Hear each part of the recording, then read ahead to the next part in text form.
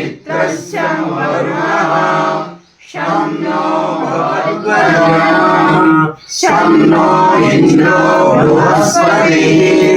शं नो विष्णुरुक्रमः नमो ब्रह्मणे नमस्ते वायो त्वमेव प्रत्यक्षं ब्रह्मसि त्वमेव प्रत्यक्षं ब्रह्म वदिष्यामि ऋतं वदिष्यामि सत्यं वदिष्यामि तन्मावतु तद्वक्तारमवतु अवतु माम्